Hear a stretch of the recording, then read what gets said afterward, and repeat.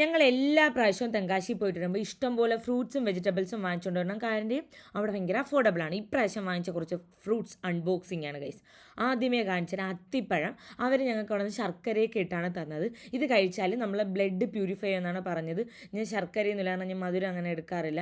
ഞാൻ അല്ലാതെ കഴിച്ച ഗൈസ് കുറച്ച് ഇതായിരുന്നെങ്കിലും പക്ഷേ ബ്ലഡ് പ്യൂരിഫൈ, അങ്ങനെയെങ്കിലും ബ്ലഡ് എങ്കിലും പ്യൂരിഫൈ ആയിട്ടാണ് വെച്ചാൽ ഞാനുള്ളതെല്ലാം കൂടെ വാരി കഴിച്ച് കുറച്ച് അൽക്കുഴുത്ത് പോലെ ഇരുന്നെങ്കിലും ഗൈസ് പിന്നെ കുഴപ്പമില്ല. ഇനി നിങ്ങൾക്ക് അറിയായിരിക്കും ലോങ്ങൻ എന്ന് പറഞ്ഞൊരു ഫ്രൂട്ടാണ്. ഇത് നമുക്ക് ലുലുവിലൊക്കെ അവൈലബിൾ ആണ്.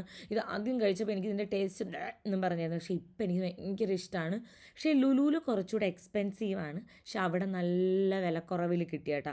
അത് ഭയങ്കര അടിപൊളിയാണ്. ഞാൻ ഇത് തായ്ലാൻഡിൽ പോയപ്പം കഴിച്ചിട്ടുണ്ടായിരുന്നു. സൂപ്പർ ടേസ്റ്റാണ്. അതിൻ്റെ കുരുവാണേ അത് കഴിഞ്ഞിട്ട് നെക്സ്റ്റ് അവിടെ നിന്ന് ഒരു ചേട്ടൻ പറയുകയാണ് ഈ സാധനം പൊട്ടിച്ച് ഇതിൻ്റെ എടുത്ത് ഉരച്ച് പാലിലിട്ട് മോക്കുരു ഇട്ടാൽ മോക്കുരു പോകുന്നു. അത് പൊട്ടിയിട്ടില്ല ഗൈസ്, ഇപ്പോഴും ഇവിടെ പാണ്ടി പോലെ കിടപ്പുണ്ട്. പിന്നെ ഇത് ആട്ടുംകാൽ സൂപ്പ് ഉണ്ടാക്കണം. ഇതിങ്ങനെ തൊട്ട് നോക്കുമ്പോൾ ആട്ടിൻ്റെ കാല് പോലെ രോമൊക്കെ സോഫ്റ്റ് ഇല്ല, അതേപോലെ ഇതിട്ട് കുടിച്ചാൽ ഇത് സൂപ്പ് നമ്മളെ നടുവേദന ജോയിൻറ്റ് പെയിനൊക്കെ മാറുമെന്നും പറഞ്ഞാണ് കൊണ്ടുവന്നത്. പക്ഷേ ഇതുവരെ കുടിച്ചിട്ടില്ല. പിന്നെ മാങ്ങ അവിടെ വെച്ച് ടേസ്റ്റ് ചെയ്തപ്പോൾ ഒടുക്കത്തെ മധുരം വരുന്ന ഗൈസ്. ഇവിടെ വന്ന് കഴിച്ചപ്പോൾ എൻ്റെ പല്ലിലെ കമ്പി വരെ കോച്ചിപ്പോൾ അങ്ങനത്തെ പുളിപ്പായിരുന്നു. സോ പിന്നെ 2-3 ദിവസം കഴിഞ്ഞപ്പോഴത്തേക്ക് ഇത് പഴുത്തപ്പോഴത്തേക്ക് നല്ലതായിരുന്നു ഗൈസ്. പക്ഷെ എന്നാലും ഞാൻ പിന്നെ ഉപ്പിട്ടൊക്കെ കൊണ്ടുപോയി കഴിച്ചപ്പോൾ ഒരു വിധം ആശ്വാസം കിട്ടി. ഇതാണ് കേട്ടോ മാങ്ങ.